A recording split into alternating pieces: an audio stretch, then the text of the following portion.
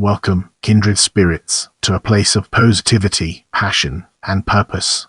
Welcome, curious minds, to our video that explores the ins and outs of Pang Tong. Pang Tong, courtesy name Shiyuan, was a Chinese politician who served as the key advisor to the warlord Liu Bei in the late Eastern Han dynasty of China.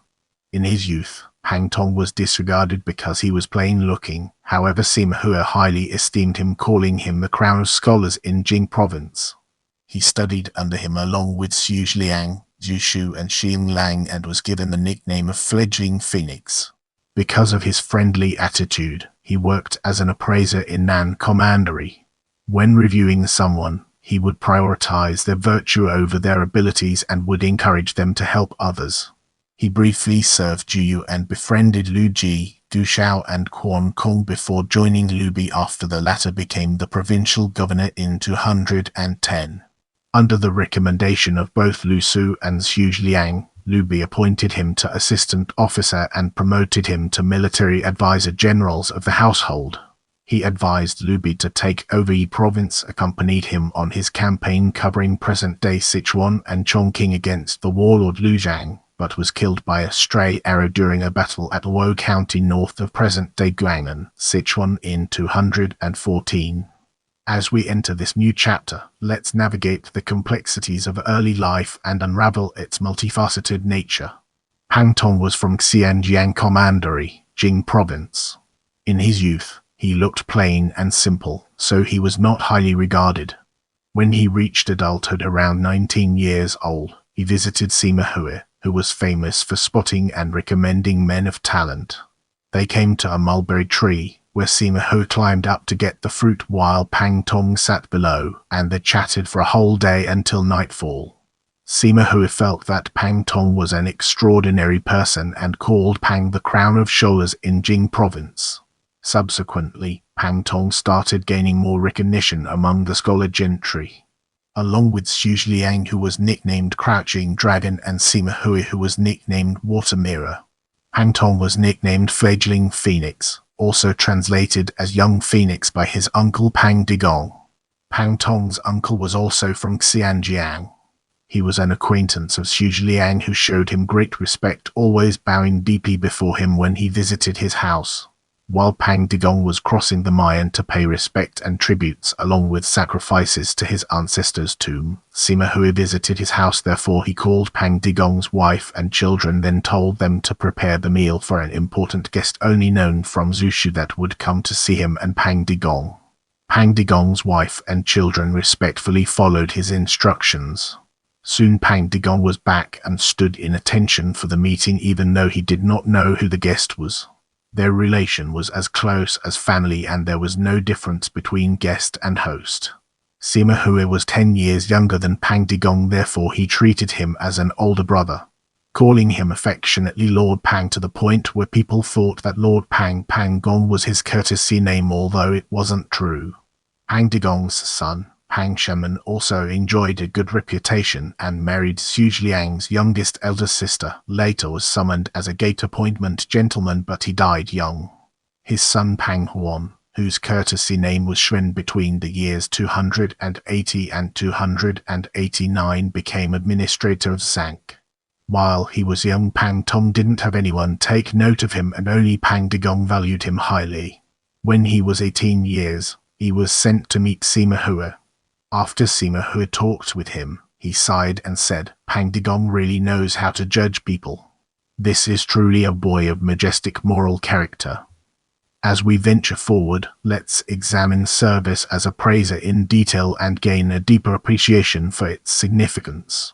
Pang Tong later served as an officer of merit in Nan Commandery, around present-day Guanghan County, Liu Bei. By nature, Pang Tong was sociable and diligent in fostering and mentoring. Hence, he was nominated to be an appraiser. When he reviewed people, he focused more on their personal virtues rather than their abilities. He was fond of ethical lessons and consistently strove to maintain high moral standards. He usually overpraised when he was asked to assess a person. At times, people were puzzled, so they questioned him on why he did that, to which he replied, Now, we shift our focus to service under Zhou Yu, a topic that deserves our attention. In 209, Zhou Yu, a general under the warlord Sun Quan, occupied Nan Commandery after the Battle of Jiangling. After Zhou Yu was appointed as the administrator of Nan Commandery, Pang Tong served as an official under him. When Zhou Yu died in 210, Pang Tong escorted his coffin back to Jiangdong and attended his funeral. Many of the officials in Jiangdong heard of his reputation. When he returned to Jing Province, all of them gathered at the Western Gate. Among them, Pang Tong met and befriended Liu Zhang, Shao and Quan Cong. He also appraised each of them separately and described Liu Zhang as a horse that cannot run fast but has strong willpower, and Shao as an ox that is physically weak but capable of bearing burdens over great distances. Then he compared Quan Cong to Fan Ziharun, describing him as someone generous who admire respectable men. They were very pleased with his comments. Someone then asked Pang Tong, "Does that mean Liu Zhang is better than Shao?" Pang Tong replied, "Although a horse can run fast, it can only bear the weight of one person. An ox can travel 300 li a day. It can certainly bear more than just the weight of one person." Shao later asked Pang Tong, "You are also known for being a good judge of character. Between us, who do you think is the better one?" Pang Tong replied, "I am not as good as you in associating with people and assessing their characters. However, when it comes to politics and strategy, it seems that I am one day ahead of you."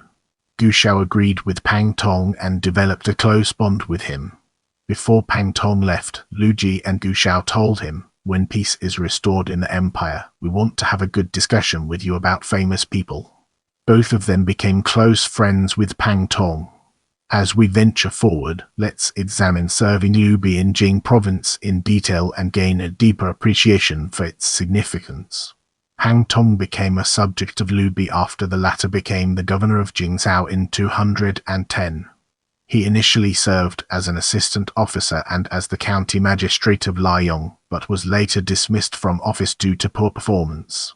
Sun Quan's General Lu Su wrote to Liu Bei, recommending Pang Tong as a great talent that should be employed to important tasks and not managing a small territory. Liu Bei's strategist Zhuge Liang also recommended Pang Tong, so Liu Bei met with him, was greatly impressed and entrusted him with important matters. He recruited Pang to be an assistant officer in the headquarters office. Liu Bei's treatment towards Pang Tong was second to that of Zhuge Liang. He later appointed both Pang Tong and Zhuge Liang as military advisor generals of the household. While making merry during a feast, Liu Bei asked Pang Tong, "You once worked as Shu Gongjian's officer of merit. Before, when I went to Wu, I heard that he secretly pressed Zhongmao's Sun Quan to detain me. Is it true? When a man is with his lord, he must be utterly honest with him." Pang Tong admitted that it was true. Liu Bei then sighed and said, "At this moment, I was in danger and they rescued me, hence I could not refuse their invitation and almost failed to escape Zhou Yu's grasp. In this world, men of talent and wisdom can see through each other's plan. Before I left, Coming protested against this with all his will. He has seen through this. However, I didn't listen because I was thinking that I was Zhongmao's defense against the north and that he would need my help. I had no doubts about him. This was Troll entering into the tiger's den and a very risky plan. Let's now shift our focus to assisting Liu Bei in the conquest of Yi Province and explore the ways in which it shapes our perspective. Round Pang Tong convinced Liu Bei to seize Yi Province covering present-day Sichuan and Chongqing and use its resources to compete with his rival Cao Cao for supremacy over China. Pang Tong said, Liu Bei answered. Pang Tong replied. Liu Bei heeded Pang Tong's suggestion.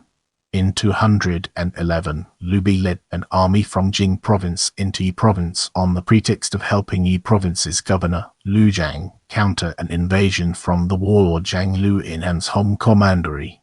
Zhuge Liang remained behind to guard Jing Province while Pang Tong followed Liu Bei to Yi Province. Liu Zhang received Liu Bei at Luo County, present-day Mianyang, Sichuan. Han Tong urged Liu Bei to use the opportunity to capture Liu Zhang and force him to hand over Yi Province, but Liu Bei refused because he was new to Yi Province and had not established a strong foundation there yet. Liu Zhang later returned to Yi Province's capital, Chengdu. Brace yourselves for the next chapter, where we'll be dissecting advising Liu Bei against Liu Zhang. Han Tong outlined 3 plans for Liu Bei to choose from. Upper plan: select the best soldiers to form an elite force and advance quickly towards Chengdu, and force Liu Zhang to surrender and hand over Yi Province. Han Tong also believed that Liu Zhang was not competent in military affairs and was unprepared, so the chances of success were high. Han Tong considered this to be the best plan. The middle plan, knowing that Yang Hui and Liu Bei were famous generals who led strong troops defending Guanghan, and that in the past they had advised Liu Zhang to send Liu Bei back to Jing Province. Before the army advances, spread false news that Liu Bei was returning to Jing Province, saying that the region was in danger and that Liu Bei need to rescue it while making it look like the army will leave. With Liu Bei's reputation and wanting to see him leave, they would certainly come see him off with light cavalry away from the fortified mountain passes they were defending, kill them and take control of their positions and troops, and finally advance towards Chengdu. The lower plan: retreat to Beijing and wait for another opportunity to attack. Han Tong considered this to be the worst plan. Han Tong told Liu Bei that if he took too much time and didn't go, then he would be in great danger and couldn't last. Liu Bei chose the middle plan and executed it. He killed Yang Hui and Liu Bei, led his forces towards Chengdu and conquered several of Liu Zhang's territories along the way. Without wasting any more time, let's jump into the fascinating world of disagreement over Liu Bei's behavior during the campaign. When Liu Bei expressed joy during a banquet in Fu County to celebrate his success, saying that today should be a merry day, Han Tong chided him, saying that celebrating the invasion of others' territory isn't what a man of Ren benevolence should do. The drunk Liu Bei retorted angrily, "King Wu of Shu also rejoiced after his victory over King Zhu of Shang. Is he not an example of a man of Ren? You're wrong, so get out now." After Han Tong left, Liu Bei regretted what he said, so he invited Han back. Han Tong returned to his seat and did not say anything, acting as usual, so Liu Bei asked, "When that quarrel happened just now, whose fault do you think it was?" Han Tong replied, "It was both yours and mine." Liu Bei laughed and the banquet continued. Sai Zuchi commented on this event and said, Pei Song-si added, "In this section, we'll be deep diving into death, unraveling its complexities and uncovering valuable insights." Han Tong later participated in a battle against Liu Zhang's forces at Luo County, north of present-day Guanghan, Sichuan. He died after being hit by a stray arrow in the midst of battle. He was 36 years old by East Asian age reckoning at the time of his death. Liu Bei was deeply saddened by Han Tong's death, and he would weep whenever Han Tong was mentioned. Han Tong was posthumously made a secondary marquis after Liu Bei became emperor and established the state of Shiyuan in 221. In October or November 260, Liu Bei's son and successor, Liu Shan, honored Han Tong with the posthumous title Marquis Jing. Liu Bei had a shrine and tomb constructed for Han Tong near Luo County. The shrine and tomb is located in present-day Beimagan Town, Luo County, Sichuan. On 25 May 2006, it became a major historical and cultural site protected at the national level. With the foundation laid, let's embark on a journey into Tang Zheng about Han Tong's death. Tang Zheng, a scholar from the Song dynasty, in his work called The Three Kingdoms Miscellaneous Cases, lamented over the young age at which Han Tong died, recalling that while Zhuge Liang and Han Tong were classmates, by the time Zhuge Liang died at a relatively young age of 53, Han Tong himself was already dead since 20 years. He then commented on the fact that the year 219 when Liu Bei took the title of King of Han Hong was also the year Guan Yu died. Next year, in 220 Huangzong and Fezeng died. Next year, in 221 Zhang Fi died. Next year, In 222 Ma Chao and Ma Liang died. Before the foundation has been complete, each of those heroes were lost, one following the other as if they were being stolen away. Next year, in 223, when Liu Zhang took the imperial throne, among the veterans, only Zhuge Liang and Shiyuan were left. 7 years later, and Shiyuan was dead in 229, while Zhuge Liang died 5 years later in 234. At this time, all of those who achieved past glory were gone. For Zhang barely reached 44 years old, Ma Chao 46 years old, and Ma Liang 34 years old. Yang Fi was said to be younger than both Liu Bei and Guan Yu. Since Guan Yu was several years older than him, he must have been around 50 or so when he died. Hu Jun died when he was just 39 years old. All of these outstanding individuals are born with great talents yet live a short life, all while Qiao Shu lived to be more than 70 years old. With this, it should be clear to anyone that heaven no longer favor the Han. Now, let's shift our perspective and explore family and descendants from a different angle. After Pang Tong's death, Liu Bei appointed Pang's father, whose name was not recorded in history, as a consultant and later promoted him to counselor remonstrant. Zhuge Liang treated him with great respect. Pang Tong had a younger brother, Pang Lin, who served as an assistant officer in Jing Province's headquarters office. He participated in the Battle of Xiating alongside the General Huang Quan and was in charge of defending the northern flank from possible attacks by Shu's rival state, Wei. After Liu Bei lost to Sun Quan's General Luo County at the Battle of Xiating, Pang Lin and Huang Quan were separated from Liu Bei's remaining forces and could not return to Shu, so they brought along their troops and surrendered to Wei. Pang Lin served as the administrator of Zhuge Commandery in Wei and received a marquis title. Pang Lin's wife was the sister of Zai Zhen. In 208, she was separated from Pang Lin when the warlord Cao Cao invaded Jing Province and occupied Xianjiang. She only managed to reunite with Pang Lin in 222 when he and Huang Quan defected to Wei after the Battle of Xiating. During those 14 years of separation, she remained faithful to her husband and raised their daughter on her own. The Wei Emperor Cao Pai praised her for her virtues and awarded her gifts. Pang Tong had a son, Pang Hong, whose courtesy name was Yushi. Pang Hong, who served in the Shu government, was known for being frugal, upright and outspoken. He offended Chen Di, the prefect of the Masters of Writing. Chen Di found fault with Pang Hong and blocked him from getting promoted.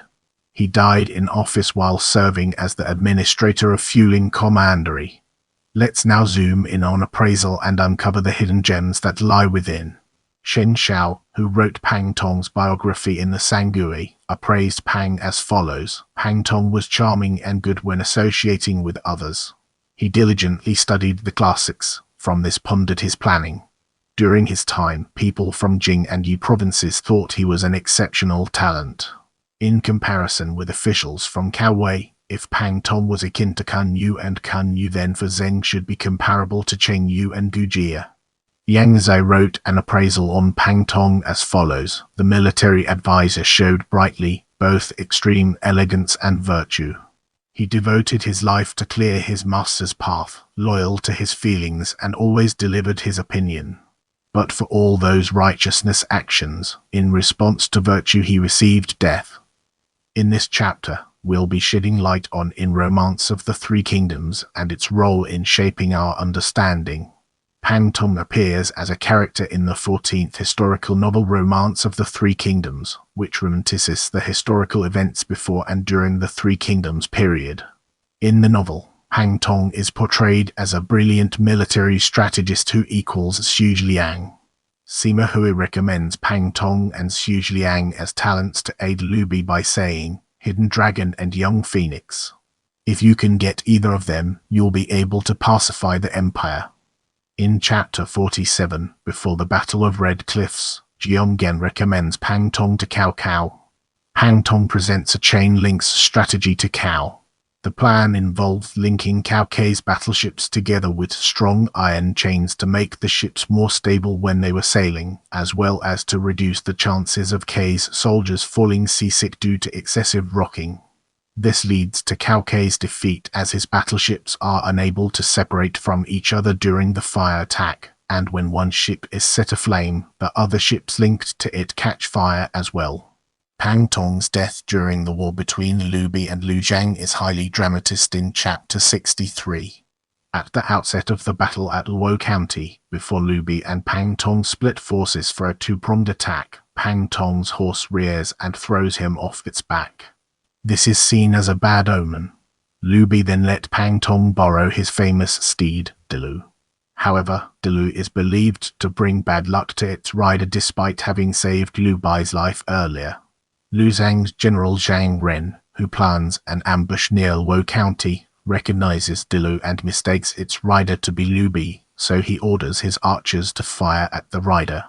Pang Tong is hit by several arrows which pierce through his body and he dies on the spot. His place of death is called Valley of the Fallen Phoenix.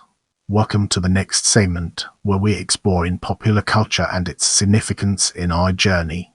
Pang Tong is featured as a playable character in Koei's Dynasty Warriors, Orochi and Dynasty Tactics video game series. Pang Tong is the sixth of the 8 genius students of Master Water Mirror in the Ravages of Time manhwa. I hope you learned something new today. Let me know what you found most interesting in the comments below.